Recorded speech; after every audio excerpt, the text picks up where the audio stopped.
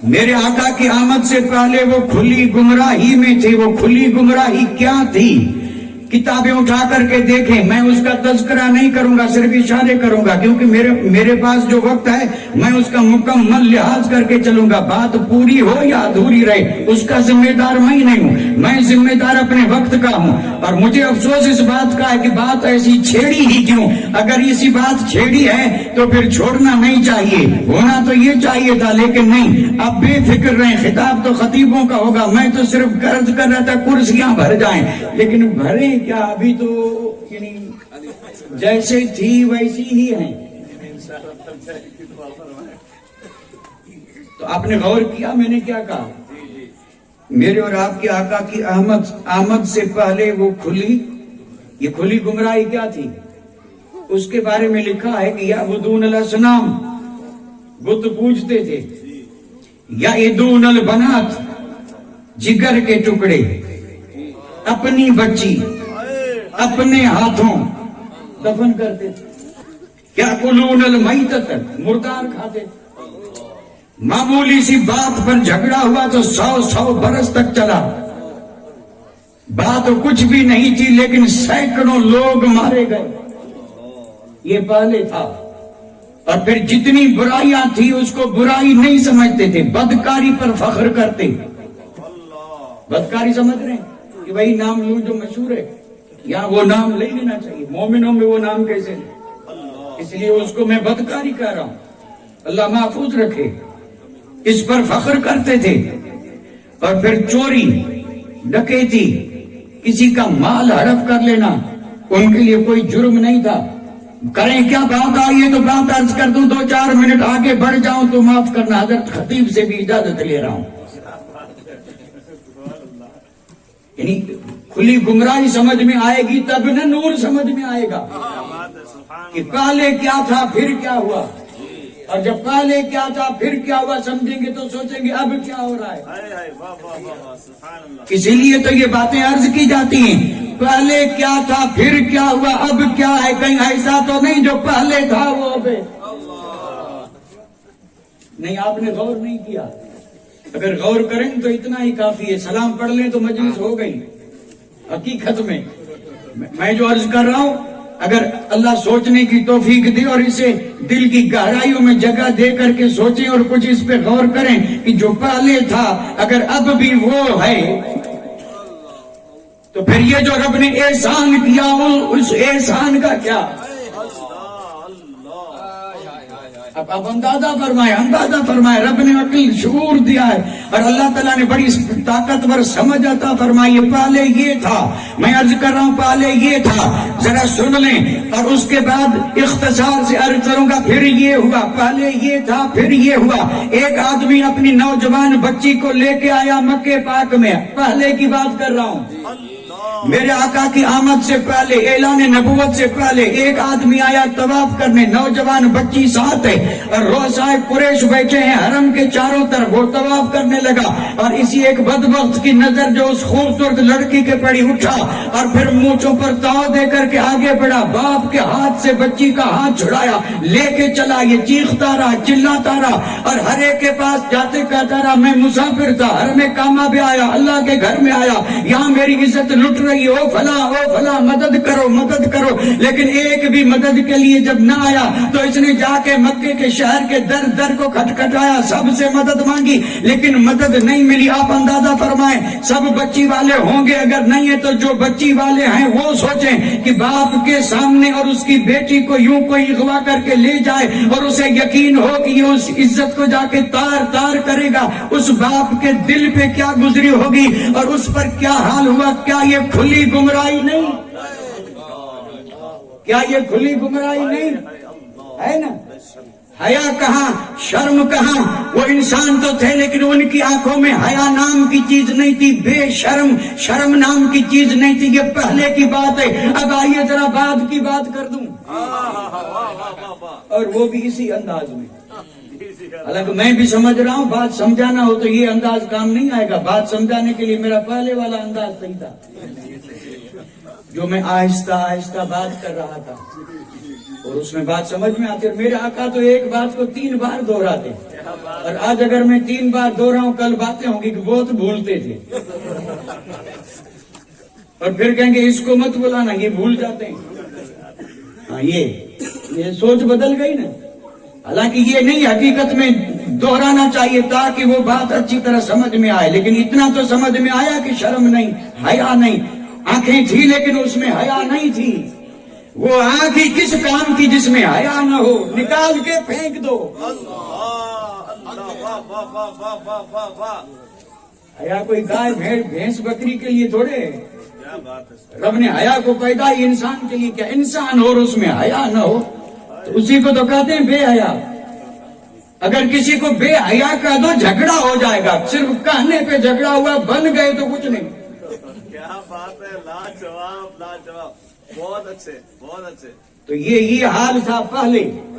اب ذرا تھوڑی دیر کے لیے سن لیں، بعد میں حاتم طائی کا قبیلہ، حاتم طائی کا نام تو سنا ہے نا، حاتم طائی بڑا سخی تھا، صحابہ کرام گئے، فتح ہوئی، اسی قبیلے کے لوگ گرفتار ہوئے، قیدی بنے، انہی قیدیوں میں حاتم طائی کی بیٹی بھی تھی۔ اب یہ قیدی جب آئے میرے آقا کی بارگاہ میں تو آپ نے فرمایا تعارف کرواؤ کون ہے، کہاں کے ہیں؟ تو انہوں نے کہا یہ تو اس قبیلے کے ہیں جس کا سردار حاتم تھا، بڑا سخی تھا۔ میرے آقا نے فرمایا نام تو میں نے بھی سنا ہے۔ اور پھر جب تعارف کروایا گیا کہ یہ اس کی بیٹی ہے، آپ نے فرمایا اللہ اکبر، میرے دیوانوں سخا رب کو پسند ہے اور یہ سخا مجھے بھی پسند ہے۔ سخی حبیب اللہ ولو کان فاسقا، گرچہ مقولہ ہے سخی اللہ کا محبوب ہے گرچہ فاسق ہو، والبخیل عدو اللہ ولو کان زاہدہ، اور بخیل خدا کا دشمن ہے اگرچہ شب زندہ دار ہو، شب زندہ رات بھر جاگنے والا۔ اگر بخیل ہے تو پسند نہیں اور کچھ بھی نہیں کرتا، لیکن اگر سخی ہے تو رب کو پسند ہے۔ میرے آقا نے فرمایا میرے دیوانوں یہ سخی کی بیٹی ہے، میں یہ چاہتا ہوں کہ اسے رہا کر دوں باپ کی سخاوت کے صدقے۔ یہ جو ہے نا آبا و اجداد کی عبادت کے صدقے بھی چھوٹیں گے۔ کر دیا سمجھنے والے سمجھ گئے، اور اللہ سب کو سمجھ عطا فرمائے۔ اور دلیل چاہیں تو اس میں قرآن کی آیتیں موجود ہیں۔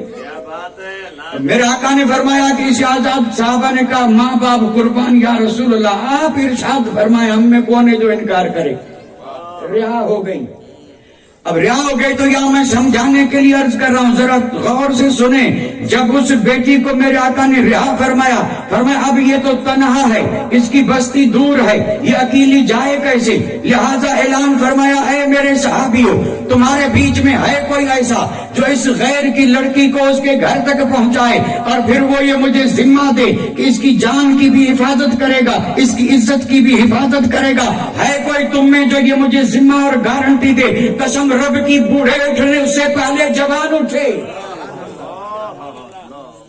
کوئی بوڑھا صحابی اٹھے اس سے پہلے نوجوان اٹھے، چڑھتی جوانی، قسم رب کی جس کو لوگ کہتے ہیں جوانی دیوانی، نادان دیوانی ہوگی کس کی؟ جوانی ہو تو مصطفیٰ کی غلام ہو۔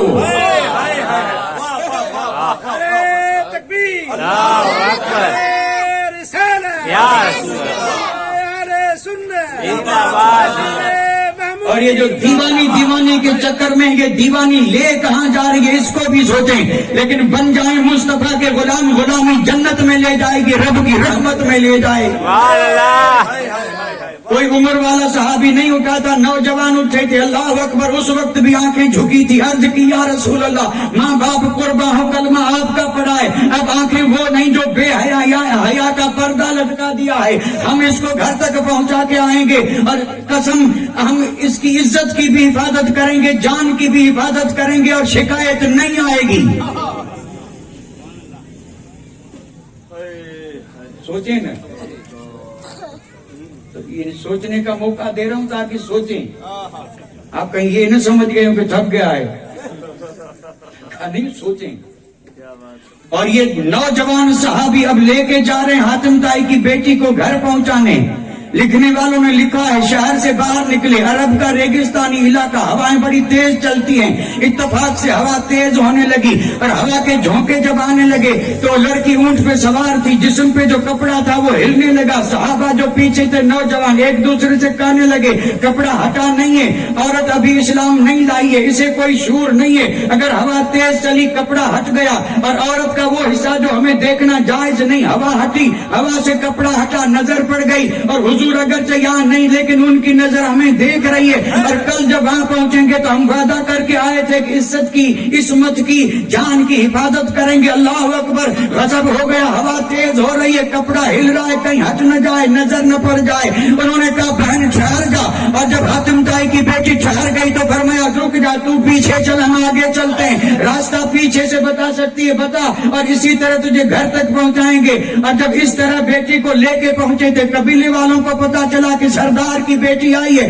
سارا قبیلہ نکلا استقبال کے لیے اور آ کر کے کہا ہے سردار کی بیٹی، محمد کا نام ہم نے سنا، ان کے چرچے ہم نے سنے، ان کی خوبی ہم نے سنی، ان کے شہر کی باتیں ہم نے سنی، صحابہ کی باتیں ہم نے سنی، ہم نے دیکھا نہیں، تو دیکھ کر کے آئیے، بتا محمد کیسے ہیں؟ ہائے ہائے ہائے، اللہ اللہ، سبحان اللہ سبحان اللہ، بہت اچھا، کیونکہ تو اپنی نگاہوں سے دیکھ کے آئیے، بتا محمد کیسے ہیں؟ اس لڑکی نے کہا تم مجھ سے بڑے ہو، عقل والے ہو، لیکن میں تم سے یہ ریکویسٹ عریضہ پیش کر رہی ہوں کہ یہ بعد میں پوچھنا محمد کیسے ہیں، پہلے اگر مجھے سردار کی بیٹی مانتے ہو تو میں یہ کہتی ہوں کہ مل کے پڑھ لو لا الہ الا اللہ محمد الرسول اللہ،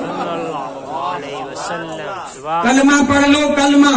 ایک دوسرے سے وہ یعنی سرگوشیاں کرنے لگے کہ محمد نے جادو کر دیا، یہ قیدی بن کے گئی تھی، محمد سنتے ہیں بڑا جادو کرے، نعوذ باللہ جادو کر لیا، اس لیے ہم سے بھی کہی کہ کلمہ پڑھ لو۔ اور یہ آواز جب اس بیٹی کے کان میں پہنچی تو کہنے لگی قسم رب کی محمد نے جادو نہیں کیا، تو کہنے لگے پھر تو نے کلمہ کیسے پڑھا؟ تو فرمایا کلمہ اس لیے پڑھا کہ میرے ساتھ جو بھیجے ہیں وہ نوجوان ہیں، اور نوجوانوں نے مجھے جس حفاظت سے یہاں تک پہنچایا ہے، قسم رب کی ماں کے گھر چار دیواری میں بھی میری عزت اتنی محفوظ نہیں تھی جیسے محمد کے غلاموں کی حفاظت میں محفوظ تھی، اور میں وہاں سے چلی یہاں تک آئی، میں نے ان کی آنکھوں میں جو حیا دیکھا، اس حیا کو دیکھ کر کے دل میں خیال آیا کہ جب غلام کے حیا کا یہ عالم ہے تو پھر آقا کے حیا کا عالم کیا ہوگا، اور پڑھ لیا لا الہ الا اللہ محمد الرسول اللہ صلی اللہ علیہ وسلم، واہ واہ واہ، سبحان اللہ۔ اتنا تو سمجھ میں آیا ان کی پہلے حیا نہیں تھا، اب حیا آ گیا، اور کچھ بھی سمجھ میں نہ آئے۔ میرے آقا کی آمد سے پہلے حیا نہیں، اب کیا ہوا؟ تو اس وقت حیا ہے، اگر ہے تو مبارک ہو، ورنہ بعد والے نہیں پہلے والے۔ فتوا نہیں دے رہا ہوں میں ایک جملہ بول رہا ہوں، بڑا بھاری جملہ ہے، اور آپ کو بھی پسند نہیں آیا، پسند نہیں آیا تو بعد والی بات لے آئے اپنے اندر۔ اگر مشکل ہو رہا ہے تو کون کہہ رہا ہے مشکل ہو؟ مشکل نہیں ہوا ہوگا، لیکن یہ تو میں ایک میرا فریضہ ہے اس لیے عرض کر رہا ہوں۔ یعنی اگر آج بھی جس نے پڑھا لا الہ الا اللہ محمد رسول اللہ، اس کی آنکھ میں اگر اسی طرح حیا ہے کہ غیر بھی یقین رکھے کہ اس کی وجہ سے مجھے کوئی تکلیف نہیں ہوگی، ماں بیٹی گھر میں اکیلی بھی ہوگی تو پڑوس میں مسلمان ہے اور مسلمان کی آنکھ میں حیا ہے، تو غیروں کا اور ابھی تو اپنوں کا حال کیا ہے، کیا کہا جائے؟ تو عرض یہ کر رہا تھا پہلے حیا نہیں تھی، اب حیا ہے۔ ایک صحابی بیٹھے تھے، بڑے اختصار سے عرض کرتا چلو، ایک صحابی نے عرض کیا یا رسول اللہ اجازت ہو ایک بات عرض کروں؟ میرا آقا نے فرمایا اجازت ہے۔ اس نے عرض کیا یا رسول اللہ میں تجارت پہ جا رہا تھا اور تجارت میں مہینوں لگتے تھے، میری بیوی امید سے تھی، اور میں آیا اس کے پاس، بیوی سے میں نے کہا دیکھ میں جا رہا ہوں، 3 مہینے لگے، 4 مہینے لگے، 5 مہینے لگے، اور پیچھے بچہ ہو جائے تو اگر لڑکی ہو تو دفن کر دینا، لڑکا ہو تو مٹھائی بانٹنا، کیونکہ یہ دستور تھا، لڑکی کو دفن کرتے تھے اور لڑکوں پہ خوشی مناتے تھے۔ اور بڑی تاکید کر کے چلا گیا، وہ صحابی کہہ رہا میں یہ تاکید کر کے چلا گیا، اور کئی مہینے گزر گئے، اور پیچھے ہوئی لڑکی، ماں اس پر ایسی فریفتہ ہوئی کہ بڑی خوبصورت تھی اور قتل نہ کر سکی، پڑوس والی عورت کو دے دیا کہ تو سنبھال، اور میں شوہر سے جھوٹ بول کے کہہ دوں گی کہ بیٹی تھی اور میں نے اسے ذبح کر کے اور زمین میں دفن کر دیا۔ وقت گزرتا گیا، یا رسول اللہ میں تجارت سے واپس آیا، بیوی سے پوچھا بتا کیا ہوا؟ کہا لڑکی ہوئی، کہا پھر کا دفن کر دیا۔